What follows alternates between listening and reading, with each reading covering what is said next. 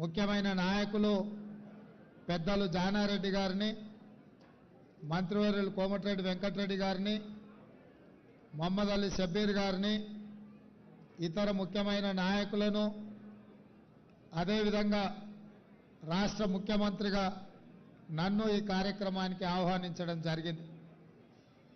ఈ కార్యక్రమంలో పాల్గొనడం అంటే, బంజారా సోదరులను కలవడం అంటే కాంగ్రెస్ కుటుంబ సభ్యులను కలుసుకున్న ఆనందం. ఇందిరమ్మ రాజ్యం వచ్చిందే బంజారాల కోసం, ఇందిరమ్మ రాజ్యం తెచ్చిందే ఈ బంజారా సోదరులు అని చెప్పి నేను ఈ సందర్భంగా తెలియజేస్తున్నా. ఇంతకుముందు పెద్దలు రవీంద్ర నాయక్ గారు చెప్పిండ్రు, అదేవిధంగా మా మిత్రుడు బలరాం నాయక్ గారు కూడా ఇంతకుముందు గుర్తు చేస్తున్నారు. 1976లో బంజారా సోదరులను షెడ్యూల్డ్ ట్రైబ్స్లో శ్రీమతి ఇందిరాగాంధీ గారు చేర్పించారు. ఆ రోజు దీనికి సంబంధించి కీర్తిశేషులు జైపాల్ రెడ్డి గారు పూర్తి స్థాయిలో మాకు అందరికీ సహకరించి ఎస్టీ జాబితాలో చేర్పించడానికి కృషి చేసిండ్రు. ఎస్టీ జాబితాలో లంబాడ సోదరుల్ని చేర్చడం వల్ల ఐఏఎస్లు, ఐపీఎస్లు, ఐఎఫ్ఎస్లతో పాటు రాష్ట్ర స్థాయి ప్రభుత్వ ఉద్యోగాలలో పెద్ద పెద్ద హోదాలలో ఈరోజు వాళ్ళందరూ కూడా కొనసాగుతున్నారు. రాష్ట్ర అభివృద్ధిలో, రాష్ట్ర పునర్నిర్మాణంలో ఈరోజు ఆదివాసీ బంజారా సోదరులు కీలకమైన పాత్ర పోషిస్తున్నారు. అదేవిధంగా శ్రీమతి సోనియా గాంధీ గారు యూపీఏ చైర్పర్సన్గా ఉన్నప్పుడు ఉపాధి హామీ కూలి పథకాన్ని తేవడమే కాదు, ఎస్సీ ఎస్టీ సప్లాన్ ఆ రోజు చట్టబద్ధత కల్పించి నిధులలో గిరిజనులకు, ఆదివాసీలకు, దళితులకు వాళ్ళు ఎంత జనాభా ఉన్నారో ఆ దామాషా ప్రకారం నిధులు కేటాయించే విధంగా చట్టాన్ని చేసి చట్టబద్ధత కల్పించింది శ్రీమతి సోనియా గాంధీ గారు. అయినా ఆదివాసీ లంబాడ సోదరులకు సంపూర్ణమైన న్యాయం జరగాలి అనంటే తెలంగాణ రాష్ట్రం రావాలి అని చెప్పి ఎంతోమంది బంజారా సోదరులు ఆనాడు ఉద్యమంలో పాల్గొన్నారు. సురేష్ నాయక్ లాంటి వాళ్ళు ఎంతోమంది, చాలామంది ఆ రోజు ఉద్యమంలో అమరులైన వాళ్ళు ఉన్నారు, ప్రాణాలు ఇచ్చిన వాళ్ళు ఉన్నారు. అందుకే ఈరోజు మీ అందరి పోరాటాన్ని చూసి శ్రీమతి సోనియా గాంధీ గారు తెలంగాణ రాష్ట్రం ఇచ్చిన రాష్ట్రంలో 10 సంవత్సరాలు మీకు సముచితమైన స్థానం కల్పించి చదువుకున్న పిల్లలకు ఉద్యోగ ఉపాధి అవకాశాలు కల్పిస్తారని మీరు మేము అందరం ఆశించినాం. కానీ ఆశించిన మేరకు అభివృద్ధి జరగలేదు, అవకాశాలు రాలేదు. అందుకే మొన్న జరిగిన ఎన్నికల్లో మీరందరూ ఆశీర్వదించి దొరల రాజ్యం పోవాలి, పేదల రాజ్యం రావాలి అని మీరందరూ ఆశీర్వదించడంతో ఈరోజు కాంగ్రెస్ పార్టీ అధికారంలోకి వచ్చింది.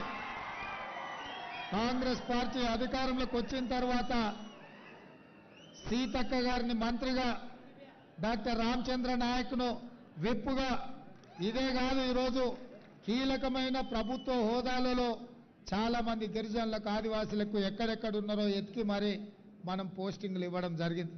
సిటీలో డీసీపీలు కావచ్చు, లేకపోతే ఆర్ఎండ్బిలో ఈఎన్సీ కావచ్చు, వివిధ హోదాలలో ఎవరెవరైతే మీ చదువుకున్న యువకులు ఉన్నారో, ప్రభుత్వ ఉద్యోగాలలో ఉన్నారో వాళ్ళందరికీ కూడా ఈ ప్రభుత్వం అవకాశం కల్పించింది. ఇదే కాకుండా మా బాలు నాయక్, మా ఎమ్మెల్యేలు అందరూ వచ్చి శ్రీ సంత్ సేవాలాల్ జయంతి సందర్భంగా మాకు ఆప్షనల్ హాలిడే ఇవ్వాలి సార్, మా దేవుడు, మేమందరం కూడా ఈ కార్యక్రమాలు జరుపుకోవాలంటే మీరు సహకరించాలి అని చెప్పిండు. అందుకే తక్షణమే ఒక్క నిమిషం కూడా ఆలోచన చేయకుండా సంత్ సేవాలాల్ జయంతిని ఆప్షనల్ హాలిడే కింద రాష్ట్ర ప్రభుత్వం నిర్ణయం తీసుకున్నది. మరి నిధుల విషయంలో ₹1 కోటి కేటాయించిండ్రు, సరిపోవడం లేదని మా బంజారా సోదరులు చెప్పినరు. 1 కోటి కాదు, ఇంకొక ₹1 కోటి జమ చేసి ₹2 కోట్ల రాష్ట్ర ప్రభుత్వం సేవాలాల్ జయంతి ఉత్సవాలను జరపడానికి కేటాయిస్తుంది. ఈ వేదిక మీద నుంచి మా అధికారులకు ఆదేశాలు ఇస్తున్నా, తక్షణమే జీవో ఈ రోజే మంజూరు చేసి దాన్ని ₹2 కోట్ల పెంచాల్సిందిగా. అదేవిధంగా మిత్రులారా, ఉత్సవాలు ఎన్ని చేసుకున్నా పండుగలు ఎన్ని జరుపుకున్నా మన పిల్లలు బాగా చదువుకున్నప్పుడే సమాజంలో మనకు గౌరవం ఉంటుంది. ఆ గౌరవం రావాలి అంటే తండాలలో గూడాలలో పాఠశాలలు ఉండి తీరాలి. గత ప్రభుత్వం తండాలలో ఉన్న 6,453 పాఠశాలల్ని సింగిల్ టీచర్ పాఠశాలలు మూతేసింది. అంటే బంజారాలను చదువులకు దూరం చేయడమే. అందుకే ఈరోజు మా ప్రభుత్వం మీ చదువుల కోసం ఎంత జనాభా ఉన్నారు, ఎంతమంది పిల్లలు బడికి వస్తున్నారని లెక్క చూడదలుచుకోలే. ఇవాళ టీచర్లకు ఇచ్చే జీతాలను ఖర్చుల కింద చూడదలుచుకోలేదు, దాన్ని పెట్టుబడి కింద చూడదలుచుకున్నాం. భవిష్యత్తు తరాలను నిర్మించే దాని కింద మేము చూస్తున్నాం. అందుకే మా ప్రభుత్వం తప్పకుండా అన్ని తండాలలో గూడాలలో పాఠశాలలు తెరిచే బాధ్యత మేము తీసుకుంటాం. చదువులు మీ తండాకు తీసుకొచ్చే బాధ్యత మా ప్రభుత్వం తీసుకుంటుంది. దానికి సంబంధించిన చర్యలను అన్నిటిని ప్రభుత్వం చేపడుతుంది. ఇదే కాదు, గత ప్రభుత్వం తండాలన్నిటినీ గ్రామ పంచాయతీలు చేసినామని అంటారు. సంతోషమైన గ్రామ పంచాయతీ చేసిరు, బాగానే ఉంది. నిధులెన్ని ఇచ్చిండ్రు? కనీసం ఆ ఊర్లో గ్రామ పంచాయతీ బిల్డింగ్ ఉందా? పోనీ ఆ గ్రామ పంచాయతీ పోవడానికి రోడ్డు అన్న ఉందా సరిగ్గా అని నేను అడుగుతున్నా. అందుకే ఈరోజు సంత్ సేవాలాల్ గారి జయంతి సందర్భంగా గ్రామ పంచాయతీలుగా ప్రకటించిన అన్ని తండాలకు బీటీ రోడ్లను వేసే బాధ్యత మా ప్రభుత్వం తీసుకుంటుంది. ఎందుకంటే చాలా తండాలలో యువకులు చదువుకున్నారు, ఉద్యోగాలు ఉపాధిలో పైకి వచ్చిండ్రు. వాళ్ళు కార్లు కొనుక్కొని సొంత తండకు పోవాలంటే రోడ్డు లేక ఇబ్బంది పడుతుండ్రు. మీరు బరాబర్ మీ తాండలకు పోనికే మీకు బీటీ రోడ్లను వేసే బాధ్యత మా ప్రభుత్వం తీసుకుంటుందని చెప్పి నేను ఈ సందర్భంగా తెలియజేస్తున్నా. అదేవిధంగా గ్రామ పంచాయతీలు ఇస్తే సరిపోదు, గ్రామ పంచాయతీకి నిధులు ఇవ్వాలి, గ్రామ పంచాయతీ భవనం ఉండాలి. వాళ్ళక్కడ కూర్చొని తండా యొక్క అభివృద్ధి కార్యక్రమాలను చర్చించుకోవాలి. అన్ని గ్రామ పంచాయతీలుగా ప్రకటించిన తండాలకు గూడాలకు గ్రామ పంచాయతీ భవనాలను మంజూరు చేసి సంవత్సరం తిరిగే లోపల వాటి అన్నిటిని కూడా నిర్మాణం చేయించే బాధ్యత మా ప్రభుత్వం తీసుకుంటుంది. ఏ తండాలైనా తాగడానికి నీళ్లు లేకపోతే మా దృష్టికి తీసుకురండి, కరెంటు లేకపోతే ప్రభుత్వం దృష్టికి తీసుకురండి.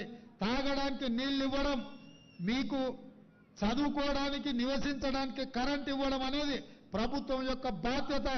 ఏ తండాలో కూడా కరెంటు లేదు, తాగడానికి నీళ్లు లేవు, మా తండకు పోవడానికి రోడ్డు లేదు, మా పిల్లలు చదువుకోవడానికి బడి లేదు అని ఎవ్వరు కూడా అనొద్దు. ప్రతి తండాలలో ఉండే యువకులకు, చదువుకున్న యువకులకు నేను సూచన చేస్తున్నా, మీరు ఈ ప్రభుత్వం దృష్టికి తీసుకురండి. ఈ ప్రభుత్వం ఉన్నదే మీకోసం, మీ అభివృద్ధి కోసం, మీ చదువుల కోసం. ఈరోజు రాష్ట్రమంతా రెసిడెన్షియల్ పాఠశాలలు ఎస్సీ ఎస్టీలకు, మైనారిటీలకు, బీసీలకు ఇచ్చినామన్నారు. 10 ఏళ్ళు అయింది. చదువుకోవడానికి భవనాలు ఎక్కడన్నా పాఠశాలలు నిర్మించిందా? చిన్న చిన్న 4 రూమ్లల్లో 5 రూమ్లల్లో కిరాయికి ఎక్కడెక్కడో ఉన్నాయి. అందుకే కొడంగల్లో కూడా లేవు. నేను మొన్న అందుకే మా అధికారులను అందరిని పిలిచి SC ST minority OBC 4 residential పాఠశాలలు ఒకే దగ్గర 20 ఎకరాలల్లో పెద్ద ఎత్తున 100 కోట్ల రూపాయలతో నిర్మాణానికి ఆదేశాలు ఇచ్చిన.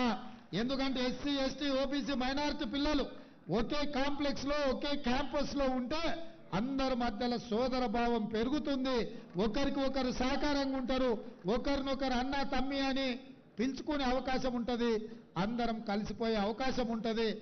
అదేవిధంగా ఇవాళ కొడంగల్ ఒక మోడల్గా డెవలప్ చేస్తున్నాం. మిగతా మొత్తం 119 నియోజకవర్గాలలో ఎక్కడెక్కడైతే ఈ పాఠశాలలు, రెసిడెన్షియల్ స్కూల్స్ మంజూరు చేసిందో వాటన్నిటిని కూడా 20 ఎకరాలలో ఒక ఎడ్యుకేషన్ హబ్, ఒక యూనివర్సిటీ స్థాయిలో అభివృద్ధి చేసి ఆ ప్రాంతాలలో ఉన్న పేదల పిల్లలు చదువుకోవడానికి మా ప్రభుత్వం ఏర్పాట్లు చేస్తుంది. మా అధికారులకు ఆల్రెడీ నేను ఆదేశాలు ఇచ్చిన. అన్ని నియోజకవర్గాలలో ఎస్సీ ఎస్టీల పిల్లలకు ముఖ్యంగా రెసిడెన్షియల్ స్కూల్స్ కానీ, పాఠశాలలు కానీ ఏవైతే ఉన్నాయో భవనాలు లేదు అన్న మాట వినిపించొద్దు. అవసరమైతే మంత్రుల, ఎమ్మెల్యేల ఓ పూట ఉపాసం పండుకుందాం, ఓ నెల జీతం తీసుకోకపోయినా సరే ఆ పిల్లలకు చదువుకోవడానికి అన్ని వసతులు ఏర్పాటు చేయాలనేదే మా ప్రభుత్వం యొక్క లక్ష్యం. ఎందుకంటే చదువే మనల్ని అభివృద్ధి పదం వైపు నడిపిస్తుంది. ఇవాళ మీరందరూ గొప్ప చదువులు చదువుకున్నారు కాబట్టి ఈ వేదిక మీద ఇంతమంది ఎమ్మెల్యేలు ఎంపీలు మా బలరాం నాయక్ గారు మొదటిసారి ఎంపీగా గెలిస్తే సోనియా గాంధీ గారు కేంద్ర మంత్రికి ఇచ్చింది. ఇట్లాంటి అవకాశం ఎప్పుడన్నా వచ్చిందా మీరు ఆలోచన చేయండి. ఇవాళ కాంగ్రెస్ పార్టీ అధికారంలో ఉన్నప్పుడే మీ గౌరవం మీ మర్యాద పెరిగింది, మీ హోదా పెరిగింది. ఇవన్నీ కూడా మీరు చదువుకోవడం వల్ల వచ్చింది. అందుకే మిత్రులారా మీ అందరికీ నా సూచన ఒక్కటే, చదువుల బాట పట్టండి. చదువుకున్నప్పుడే సమాజంలో మనకు గౌరవం ఉంటుంది. సంత్ సేవాలాల్ గారు కూడా మనకు చేసిన బోధన అదే, మద్యానికి మాంసానికి దూరంగా ఉండండి అని సంత్ సేవాలాల్ గారు మనకు చెప్పిండ్రు. కాబట్టి ఇవాళ వారు సూచించిన మార్గంలో, వారు ఆదేశించిన సన్మార్గంలో మేమందరం మనమందరం మా ప్రభుత్వం పనిచేస్తుంది, ఆ దిశగా ప్రయాణం చేస్తుంది. ఇక్కడ విద్యార్థులు చాలా మంది వచ్చారు, బాగా చదువుకోవడంతో సమాజంలో మనకు గుర్తింపు వస్తుంది. తప్పకుండా మీ చదువులకు, మీ అభ్యున్నతికి, మీ అభివృద్ధికి ఈ ప్రభుత్వం 100% తోడ్పాటును అందిస్తుంది. ఏ అవసరం ఉన్నా, ఏ సందర్భం ఉన్నా మా ఎమ్మెల్యేలు, మా మంత్రులు, మేము ప్రభుత్వం అంతా అందుబాటులో ఉంటుంది. మీరు చూసింది ఇవాళకి 70 రోజులు అయింది, ఏ ఒక్క రోజు కూడా సెలవు తీసుకోలే. ఎవరొచ్చినా కలిసినాం, ఎవరు ఏది అడిగినా చేయగలిగిందంతా చేసినాం.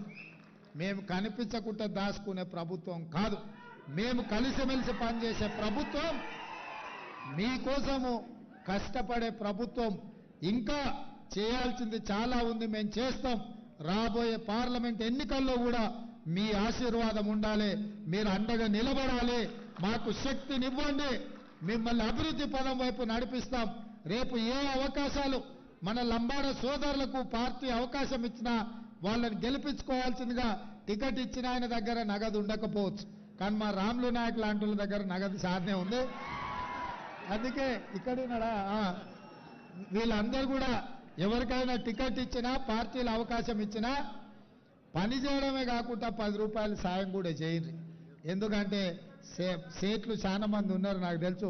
మా కొడంగల్ తాండూరు నుంచి బొంబాయి పూనా పోయి 100,000 కోట్లు సంపాదించుకున్న లంబాడి సోదరులు నాకు తెలుసు. వాళ్ళందరూ కూడా మీరు చట్టసభలకు పంపించినప్పుడే మీ తరఫున వాళ్ళు కొట్లాడతారు, మీ తరఫున వాళ్ళు మాట్లాడతారు. వాళ్ళకు పార్టీ అవకాశం కల్పిస్తుంది, వాళ్ళని గెలిపించుకునే బాధ్యత మీది అని తెలియజేస్తూ మీ అందరి దగ్గర సెలవు తీసుకుంటున్న మిత్రులారా. దయచేసి అందరూ ఒక 5 నిమిషాలు కూర్చోవాలి, తర్వాత కూడా కార్యక్రమం చాలా కొనసాగుతుంది. ఇప్పుడు ఆంధ్రప్రదేశ్ సీఎం గారు ఒక 4 సన్మానిస్తారు.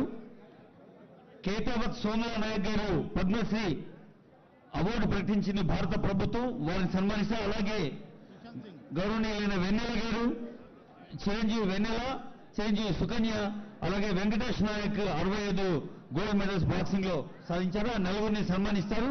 ఆ తర్వాత కిషన్ సింగ్ గారు కూడా, తర్వాత doctor A Sharath IAS, Shri E V Narasimha Reddy IAS ఇద్దరు కలిసి ఆనరబుల్ సీఎం గారికి మన డిపార్ట్మెంట్ తరఫున మెమోంటో అందజేస్తారు.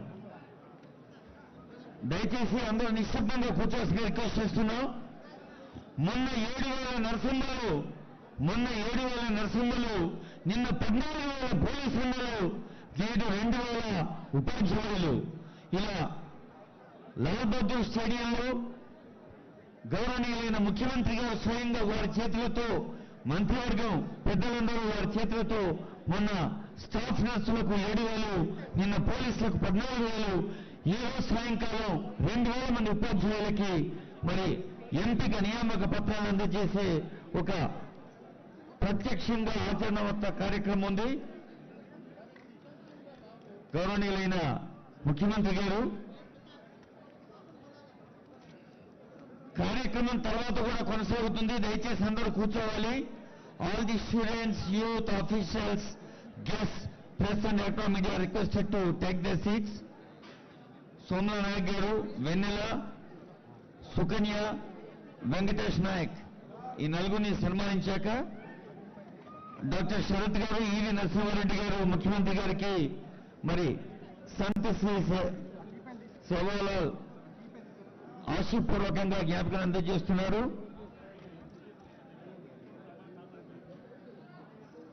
తర్వాత కూడా సభ కొనసాగుతుందని సెక్రటరీ శరత్ గారు తెలియజేస్తున్నారు. I request all of you to take your seats please.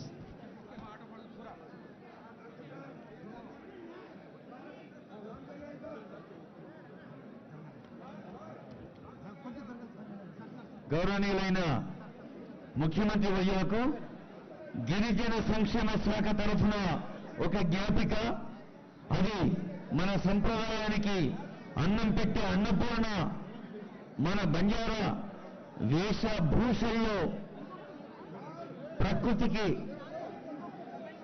మమేకమయ్యే మనస్తత్వంతో ఉన్న తల్లి, అదిగో ఒక దయచేసి అందరూ క్రమశిక్షణతో సహకరించాల్సిందిగా కోరుతూ ఉన్నాం. హలో